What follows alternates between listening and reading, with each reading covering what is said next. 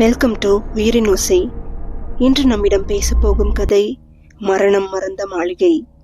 நவீன் கட்டிடக்கலை மாணவன். அவன் தன்னுடைய ஆய்வறிக்கைக்காக கைவிடப்பட்ட ஒரு செட்டிநாடு மாளிகைக்கு வருகை தருகிறான். அந்த கட்டிடத்தின் அழகையும் பிரம்மாண்டத்தையும் அமைதியையும் பார்த்து ஆச்சரியம் அடைகிறான்.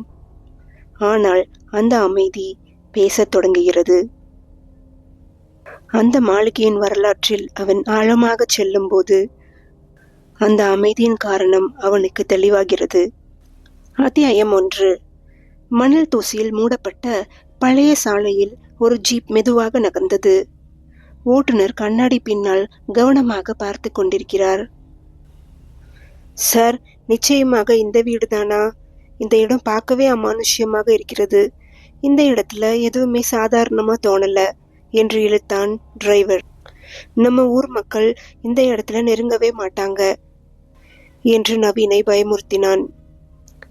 அவன் சொன்னதை எதுவும் காதில் வாங்காமல் ஜீப்பிலிருந்து நவீன் இறங்கினான். அழுக்குப்பட்ட ஜீன்ஸ், ஒரு சட்டை, பின்னால் ஒரு ஸ்கெட்ச் புக். அவன் பார்வை வீட்டின் வாசலை நோக்கி நின்றது. அது ஒரு மாளிகை. பழைய சோழபாணியில் கட்டப்பட்ட வீடு.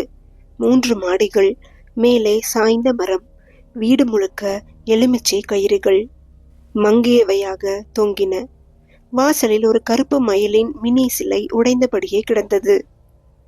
இதுக்கு பெயர் திருமாளிகை வீடு என்றான் ஓட்டுநர்.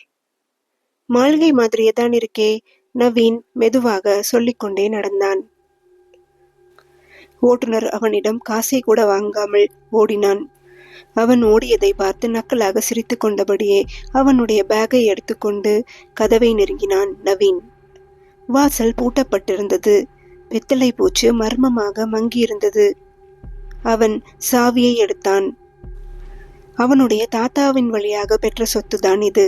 ஆனால் யாரும் இங்கு தங்காமல் 50 வருடங்களுக்கு மேலாக காலியாகவே இருந்தது. ஒரு குளிர்ந்த காற்று சில்லென வீசி அவன் முகத்தில் அறைந்தது. கதவை திறந்தவுடனே தூசியின் வாசனையுடன் சில மோசமான வாசனையும் கலந்து வந்தது. பழைய வரலாற்றின் வாசனை, மரண நினைவுகளின் வாசனை. அவன் உள்ளே நடந்தான். சுவரில் பூச்சிகள் எங்கும் காணப்பட்டன. தூசி அறை முழுவதும் பரவியிருந்தது. கடிகாரம் நின்றுவிட்டது. தொலைவில் ஒரு படிக்கட்டின் மேல் ஒரு கருப்பு கிளி அமர்ந்திருந்தது. அவன் பயந்தும் ஆவலுடன் தன் ஸ்கெட்ச் புக்கை எடுத்தான். இந்த வீடு ஏன் இப்படி இருக்குன்னு தெரிஞ்சுக்கணும். இது ஒரு கட்டிடமா, இல்லை அமானுஷ்ய கட்டிடமா என்று எழுதினான். பின்பு மேலே நடந்தான். முதல் மாடி. சுவரில் ஒரு பழைய புகைப்படம். எடுத்து தூசியை தட்டினான். அந்த பழைய புகைப்படத்தில் 10 பேர் இருந்தனர். அனைவரின் கண்களும் கிழிக்கப்பட்டிருந்தது. ஆனால் ஒரு சின்ன பாப்பா மட்டும் சிரிக்கிறாள். பச்சை ஜடைப்பூ. அவளுடைய கண்கள் மட்டும் திறந்தவையாகவே இருந்தன. அவன் படம் நோக்கி ஏதோ சொல்ல வந்தான். அந்த பாப்பாவின் கண்கள் மட்டும் படம் போல் இல்லாமல் உண்மை கண்கள் போலவே இருந்தன. அன்று இரவு நவீன் தூங்கவில்லை. படுக்கை அறையின் மேலே சத்தங்கள் கேட்க ஆரம்பித்தன, படிகள் ஏறுவது போல. சற்று பயந்த நவீன் தைரியத்தை வரவழைத்துக் கொண்டு மின்விளக்கை எடுத்தான். அந்த அறையிலிருந்து வெளியே வந்தான். மேலே பார்த்தான். யாரும் இல்லை. ஆனால் வாசலில் ஜாடியின் மூடி ஆடி முடிந்துவிட்ட மாதிரி சத்தம் கேட்டது. அவன் அருகே சென்றான். கதவின் கீழ் ஏதோ வெளிச்சம் தெரிந்தது. இந்த நேரத்தில் இங்கே என்ன வெளிச்சம்? அவன் கதவை திறக்க முயன்றான். முடியவில்லை. மீண்டும் திறக்க முயன்றான். முடியவில்லை. யோசித்துக் கொண்டிருந்த போது திடீரென கதவு தானாகவே திறந்தது. அறை வெறிச்சோடி கிடந்தது. அறையின் மையத்தில் ஒரு பழைய பூட்டிய பெட்டி. மேலே ஒரு நசுங்கிய பொம்மை. அதன் கண்ணை நோக்கிய நவீன் அப்படியே திகைத்து நின்று விட்டான். அந்த நசுங்கிய பொம்மையின் கண்கள் அந்த புகைப்படத்தில் இருந்த சின்ன பாப்பாவின் கண்களே. அத்தியாயம் 2. நவீன் படுக்கையில் அமர்ந்தபடி சுவரில் வைக்கப்பட்ட அந்த பழைய புகைப்படத்தை நினைத்தான். அவளது கண்கள் அவனை தூங்க விடாமல் செய்தன. சாதாரண படத்தில் இப்படி இருக்க வாய்ப்பில்லை. அந்த கண்கள் நேரில் பார்ப்பது போலவே, உண்மையான கண்கள் போலவே இருந்தன. அவன் தனக்குள்ளே அந்த கண்கள் தன்னிடம் ஏதோ பேச நினைப்பதை உணர்ந்தான். எப்படியோ தூங்கி போனான். அடுத்த நாள் காலை வீட்டின் பின்பக்கம் சென்று நவீன் தண்ணீர் எடுக்க முயன்றான். அவன் கொண்டு வந்திருந்த மூட்டையிலிருந்து குடங்களை எடுக்க எத்தனித்தான். ஆனால் பையில் இருந்த குடங்கள் காணவில்லை. அவன் பையில் தேடிக்கொண்டிருக்கும் பொழுதே திடீரென்று ஒரு சத்தம். திரும்பி பார்த்தான். யாருமே இல்லை. நன்கு உற்று நோக்கினான். ஒரு நிறமில்லாத சிறுமியின் முகம் சுவரில் பளிச்சென தெரிந்தது. அது அது அந்த புகைப்படத்தில் இருந்த பாப்பா தானே?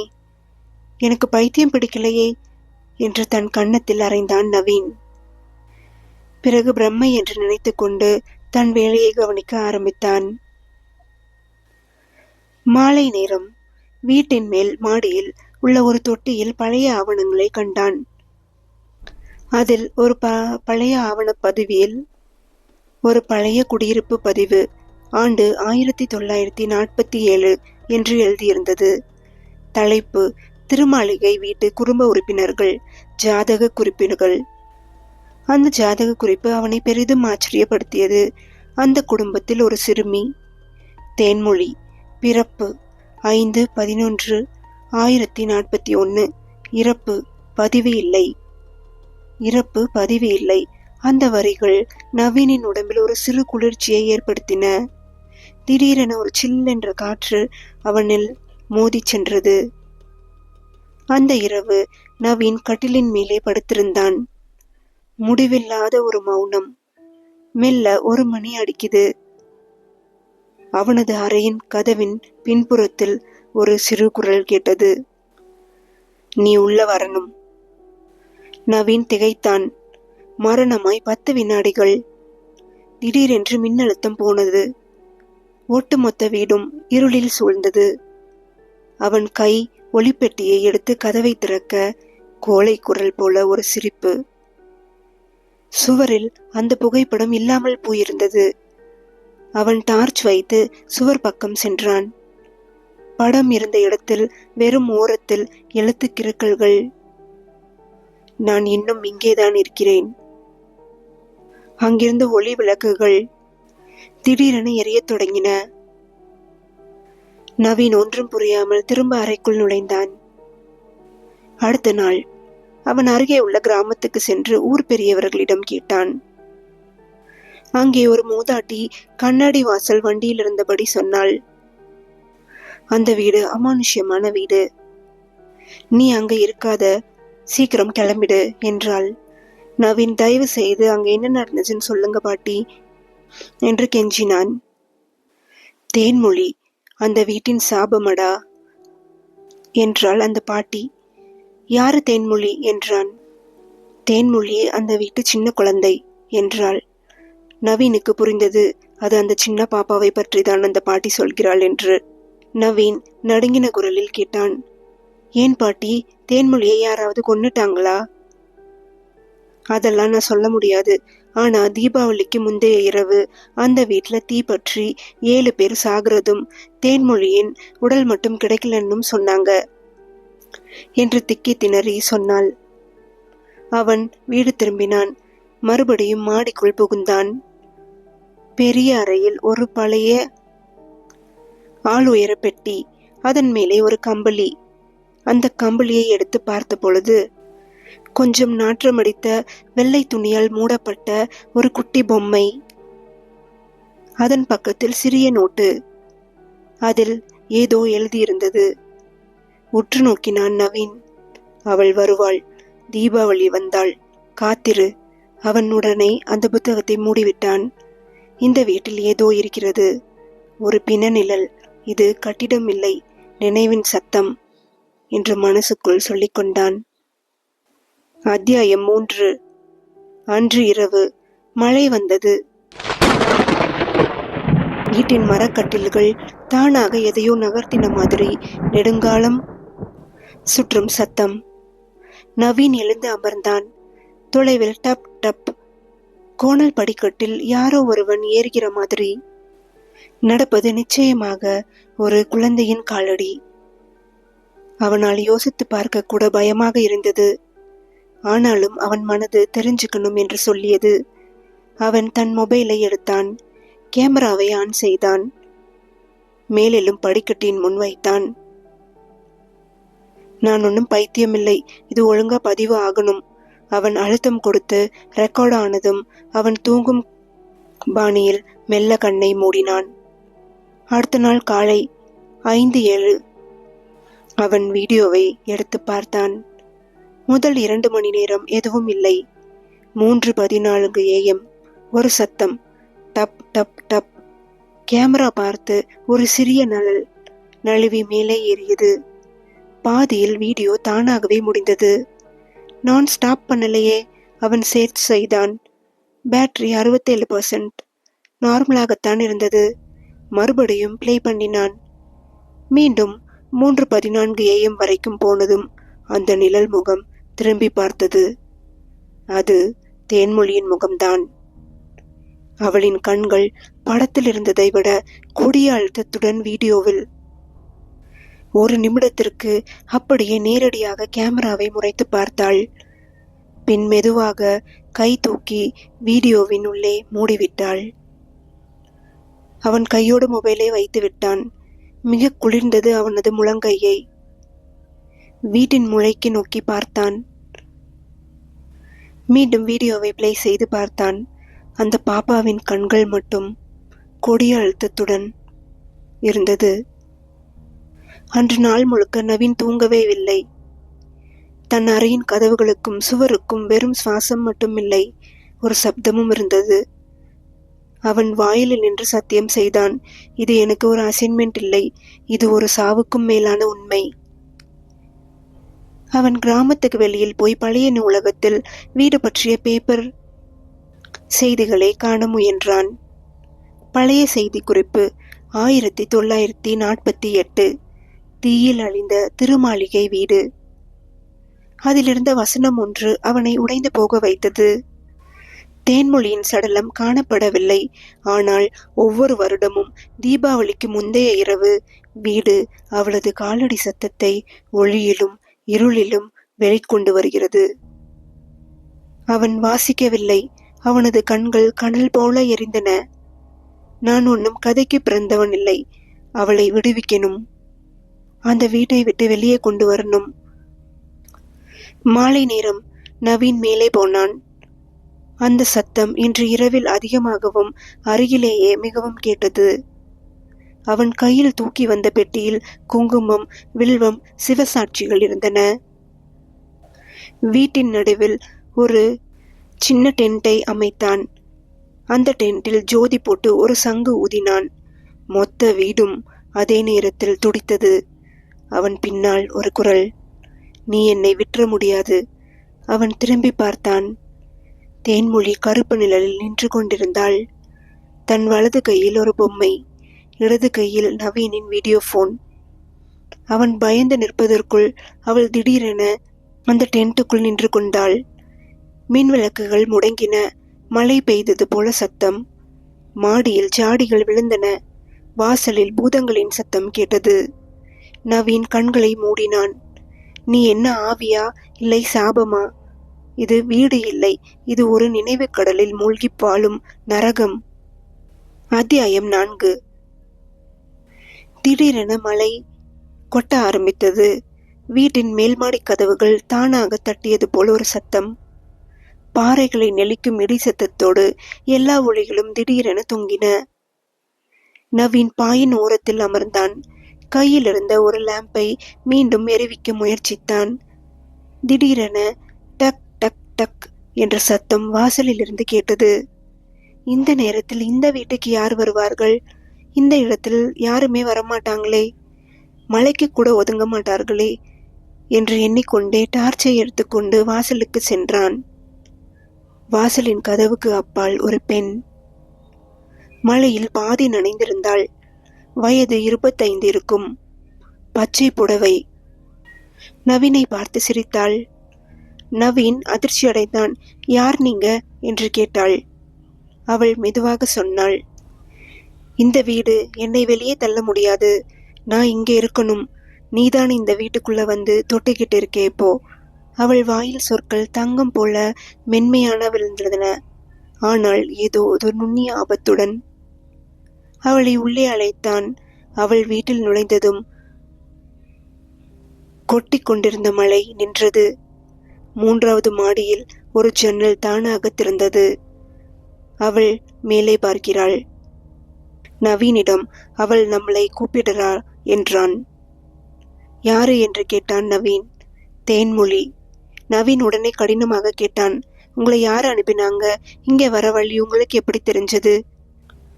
அவள் மெதுவாக தன் அணிந்திருந்த புடவையை சரி செய்தாள். அவன் எங்குமே பார்த்திருக்காத அமைதி அவளிடம். இந்த வீட்டோட நிழல் நானும் நீயும் தேன்மொழியும். அவள் அறைக்குள் நடந்து சென்றாள்.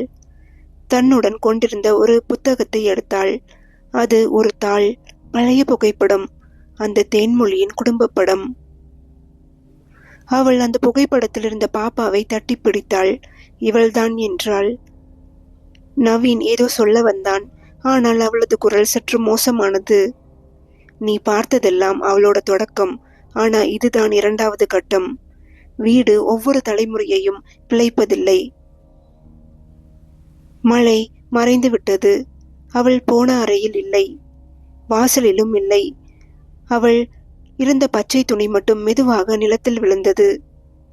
அடுத்த நாள் நவீன் அந்த புகைப்படத்தை எடுத்து பார்த்தான். அந்த பெண் காட்டிய சிறுமியின் முகம் இப்போது அவளுடைய முகமாக மாறியிருந்தது.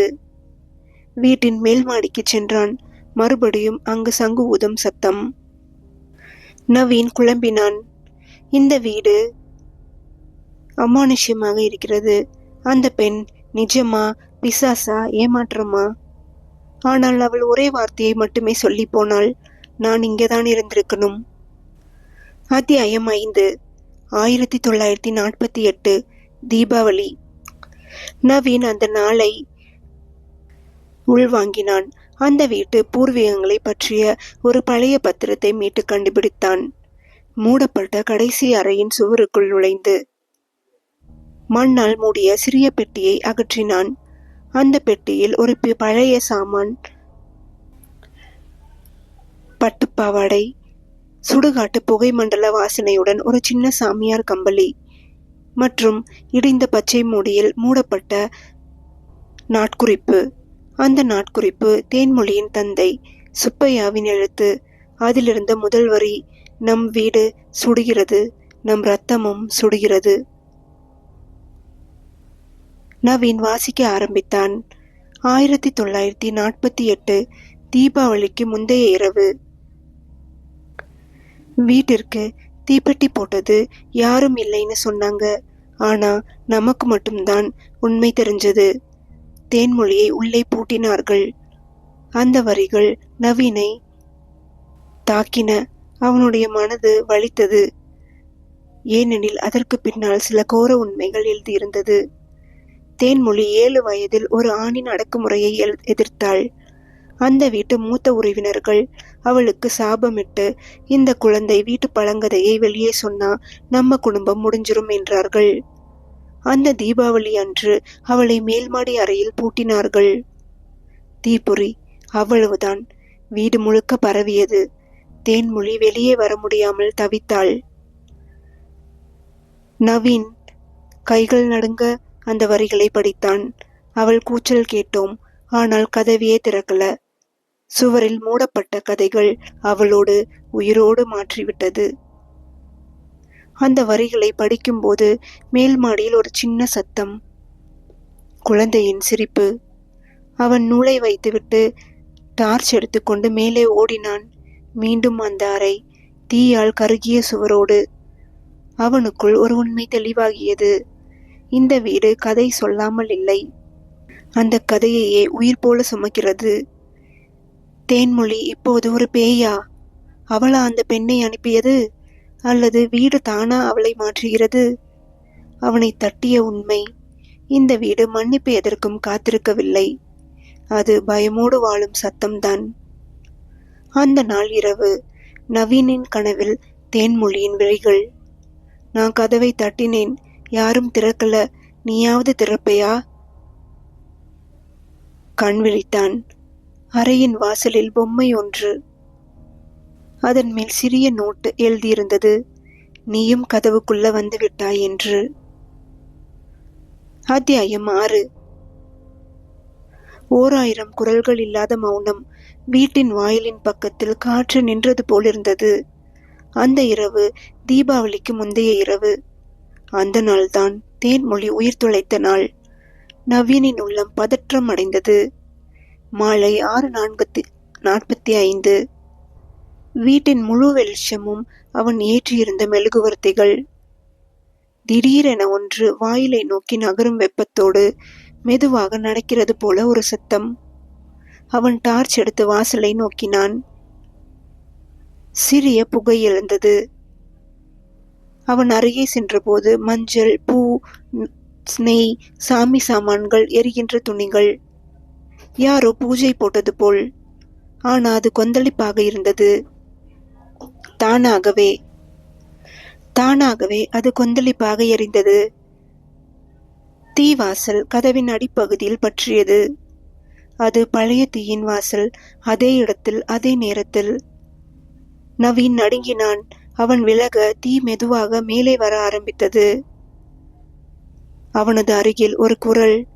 நானும் இப்படித்தான். வாசலில் நிற்கத்தான் முயற்சித்தேன். அவன் திரும்பி பார்த்தான். அவள் அந்த மழைநாளில் வந்த பெண், அமானுஷ்ய பெண். ஆனால் இப்போது அவள் முகம் எரிந்தது போல புண்களுடன் புடவையின் ஓரம் கருகி இருந்தது. நீ தேன்மொழியா? அவன் கேட்டான். அவள் மெதுவாக சிரித்தாள். இல்ல, நான் கதவின் மறுபுறம் இருந்தவள். அவள் விழி எதிரே வாசல் மீண்டும் சுழலும் தீக்கணல் போல மாறியது. இந்த வீடு இதை மறக்கவே மாட்டேங்குது. ஒவ்வொரு வருஷமும் ஒரு ஜீவனை கேட்டுக்கொண்டுதான் வாழுது. நவீன் பேச்சில்லாமல் நின்றான். வாசல் எரிவதை அவன் வீடியோவில் பதிவு செய்ய முயற்சித்தான். ஆனால் மொபைல் சுவிட்ச் ஆஃப், பேட்டரி ட்ரெயின்டு. மொத்த வீடும் ஒரு சுழல் போல நடந்தது. அவன் தரையில் விழுந்தான். மூச்சு வாங்க முடியவில்லை. அவன் முட்டாள்தனமாக அந்த பெண்ணை அணுகினான். நீயாவது இவளோட சாபத்தை விளக்க முடியாதா? அவள் அருகில் வந்தாள். நீ இவளுக்கு ஒரு கதவா? இல்லை, கதவை மூடுகிற பூட்டா? அவன் விழியிலிருந்து கண்ணீர் வழிந்தது. நான் அவளை வெளியே கொண்டு வர வேண்டும். அவள் மெதுவாக சிரித்தாள். அவளை வெளியே கொண்டு வர முடியாது. தேன்மொழியும் வெளியே வரமாட்டா. இப்போ நீயே உள்ள போக போறா என்றாள். வாசல் தீ சுடுகிறது. பின்வரும் சத்தம். திடீரென மூடிய கதவுகள். மாடியில் உள்ள அந்த பழைய அறை தானாகவே திறக்கிறது. அதன் உள்ளே தேன்மொழியின் பொம்மை, எரிந்த துணியுடன். துணியின் மேல் எழுதப்பட்ட வாசகம். கதவின் பின்னால் உள்ளவன் தான் உண்மையை சுமக்கணும். தீ அடங்கவில்லை. மழை பெய்யவில்லை. ஆனால் வீடு பிழைத்து கொண்டு பேசுகிறது. நவீன் மாடி நோக்கி நடந்தான். அவனது காலடி சத்தம் ஒரு விதமான சடங்கின் ஒலி போல மீண்டும் மீண்டும் ஒலிக்கிறது. அவன் கதவை தட்டுகிறான். இந்த முறையாவது தேன்மொழி திறக்க மாட்டாளா? அத்தியாயம் 7. திடீரென நவீன் விழித்துக் கொண்டான். ஒரு குளிர்ச்சியான நிலை. தலையில் சலசலப்பு. உடம்பு தளர்ந்திருந்தது. இவன் வீதியில் படுத்திருக்கிறானா, இல்லை மறுபடியும் மாளிகையிலா? அவன் விழிகள் மெதுவாக திறந்தன. சுத்தமா எரிபொடி கூட இல்லை. தீயின் அடையாளமும் இல்லை. வாசல் சுத்தம். ஜன்னல் மூடியவை அப்படியே இருந்தது. அவன் இருப்பது பழைய மாடி அறை. நவீன் எழுந்து நடக்க ஆரம்பித்தான். நான் கண்ட காட்சியெல்லாம் கனவா? இந்த வீடு தீப்பற்றி எரிந்ததே. அவசரமாக மொபைலை எடுத்து பார்த்தான். பேட்டரி 100%. வீடியோ ஃபைல்ஸ் இல்லை. தமிழ் மொழியை போட்டோ எடுத்த அந்த பதிவும் இல்லை. அப்படி என்ன நடந்தது? அத்தனையும் கனவா என்று புரியாமல் விழித்தான். அவன் அலமாரி திறந்தான். அதன் உள்ளே அந்த பெண், மழைநாளில் வந்த அமானுஷ்ய பெண். காமித்த புகைப்படம் இப்போது இல்லை. வீட்டின் மைய அறை சுடுகாடு போல் இருந்ததல்லவா? இப்போது அது சுத்தமான ஒளியுடன் இருக்கிறது. சுவரில் ஓவியங்கள், மேஜையில் பூக்கள். அவனது கண்கள் கலங்கின.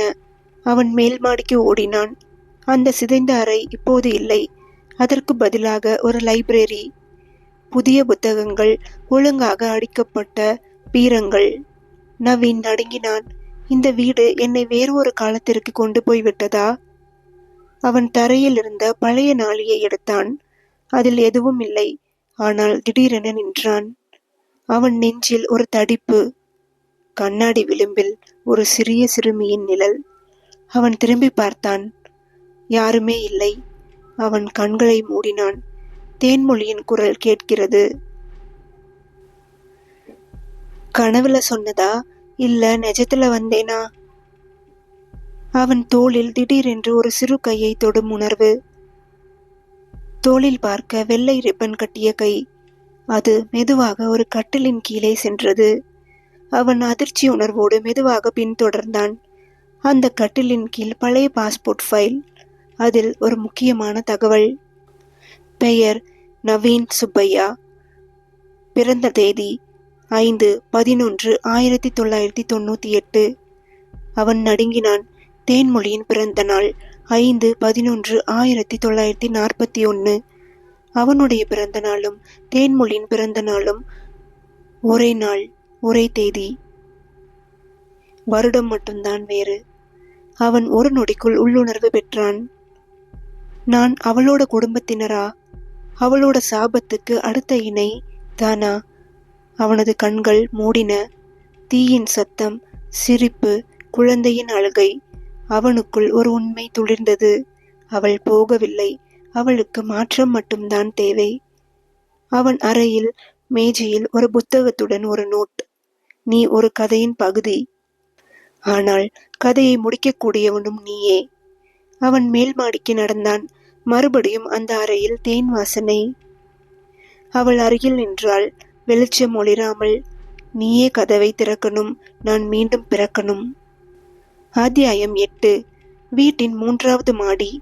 ஒரு பக்கம் எப்போதும் திறக்காத அடைத்து வைத்திருந்த கதவு. நவீன் அதை நோக்கி நடந்தான். முன் தலைமுறைகளே அந்த கதவை திறப்பதற்கு பயந்தார்கள்.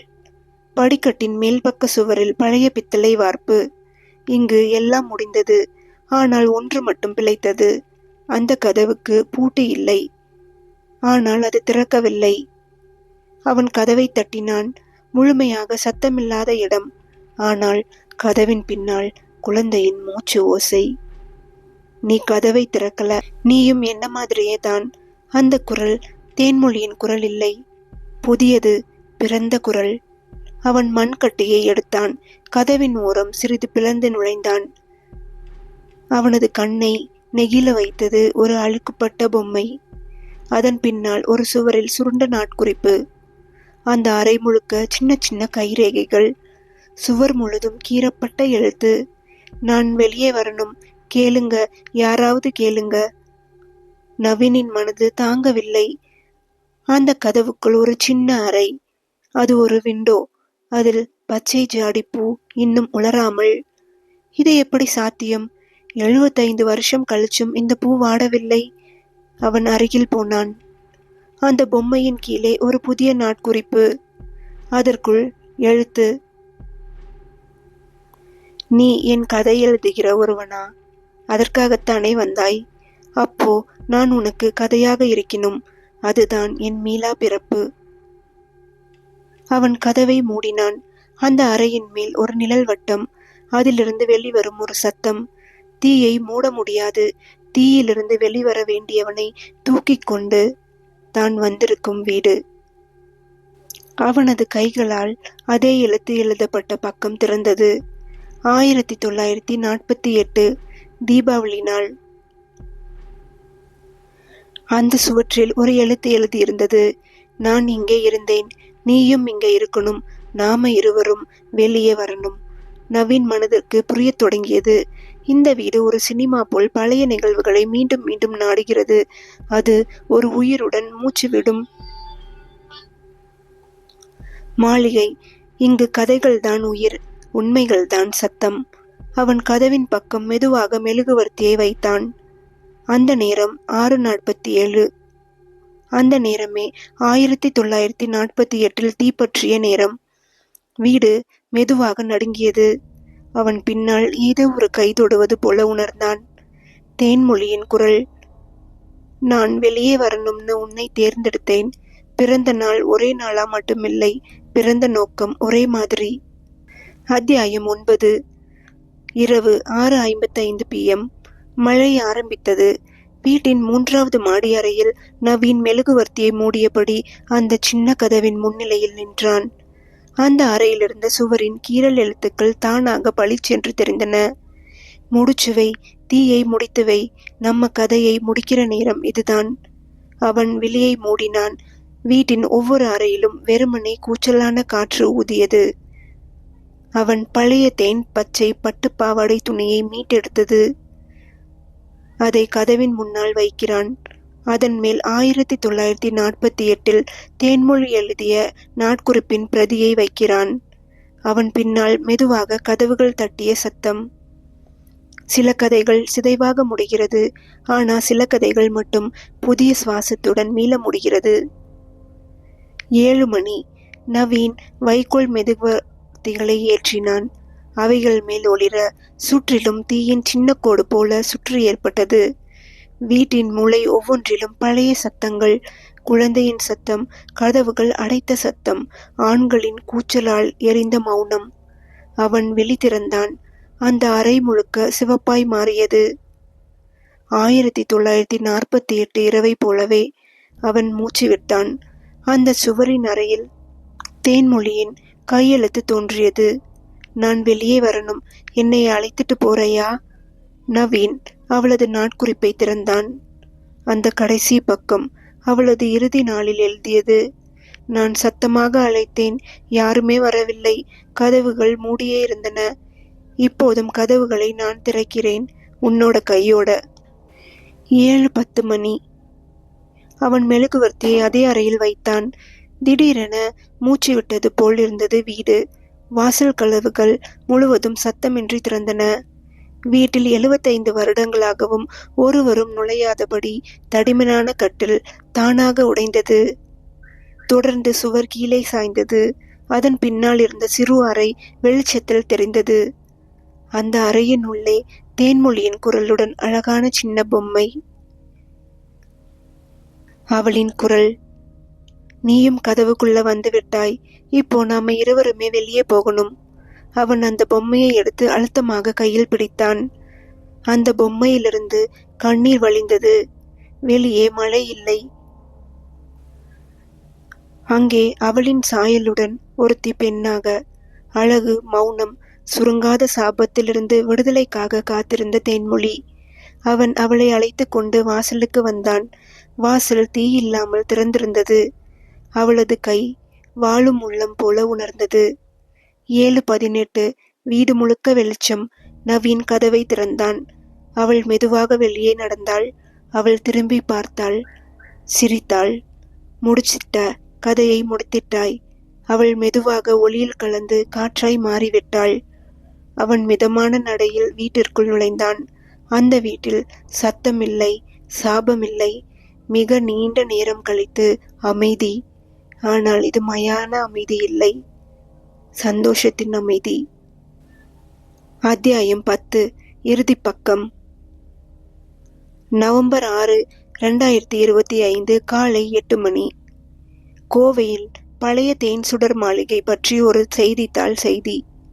75 ஆண்டுகளுக்கு பிறகு சாபம் நீங்கிய அந்த மாளிகை இப்போது வரலாற்று அருங்காட்சியகமாக பொதுமக்களுக்கு திறக்கப்படுகிறது. அந்த வீடு, அந்த அருங்காட்சியகம் அமைதியாக இருந்தது. சுற்றிலும் வெறும் நிலம். முந்தைய நாள் மழை கூட இல்லை. நவீன் கதவை மெதுவாக திறந்தான். முடிந்தது. உண்மையாக முடிந்ததா? அவளோடு நடந்த அந்த நிமிடம் கனவா, உண்மையா? அவன் வீட்டு புறவாசலில் உட்கார்ந்திருந்தான். அவள் ஒரு கடைசி எழுத்து விட்டிருந்தாள், பச்சை துணியில், குழந்தை எழுத்து போல. நன்றி. நான் இப்போ வெளியே போகிறேன். உன்னால்தான் எனக்கு சுதந்திரம். நான் மரணமில்லை, நான் கதையே. அந்த இடம் இப்போது திறந்த இடம். பார்வையாளர்கள் வருகிறார்கள். ஆனால் 3ஆம் மாடிக்கு யாருமே செல்வதில்லை. அங்கே ஒரு சின்ன மரம் வளர்ந்து விட்டது. அதன் அருகில் ஒரு பழைய நாற்காலி மட்டும். ஒவ்வொரு தீபாவளிக்கும் அது தானாக ஊஞ்சல் போல் ஆடுகிறது. நவீன் நகரத்திற்குள் புது வாழ்க்கையை தொடங்குகிறான். ஆனால் அவன் ஒவ்வொரு நவம்பர் 5ஆம் தேதி மட்டும் அந்த வீட்டுக்குள் போய் ஒரு மெழுகுவர்த்தியை ஏற்றி வைக்கிறான். அது ஒரு ஒப்பந்தம், தேன்மொழிக்கும் அவனுக்குமான ஒரு உறுதி. அவன் எழுதும் புத்தகத்தில் அந்த வரி, அவள் கதவுக்குள் இருந்தாள், அவளை வெளியே கொண்டு வந்தேன். ஆனா இப்போ நான் கதையின் கதவுக்குள்ள இருக்கிறேன். அதுதான் என் உயிர். வீட்டு வாசலில் போடப்பட்ட புது பெயர் பலகை, மரணம் மறந்த மாளிகை, நவீனும் தேன்மொழியும் வாழ்ந்த ஒரு கதை. மரக்கிளைகளுக்குள் ஒரு கிளி பச்சை வண்ணத்தில் மெல்ல ஒரு சத்தம் விடுகிறது. தீயிலிருந்து பிறந்தவள் தீயை தன்னுள் அடைத்தவனுடன் ஒரு கதையை முடித்தாள். இந்த கதை உங்களுக்கு பிடிச்சிருந்துச்சுன்னா நம்ம சேனலை சப்ஸ்கிரைப் பண்ணுங்க, லைக் பண்ணுங்க, உங்க கமெண்ட்டை பதிவு செய்யுங்க. நன்றி. மீண்டும் ஒரு புதிய கதையில் சந்திப்போம்.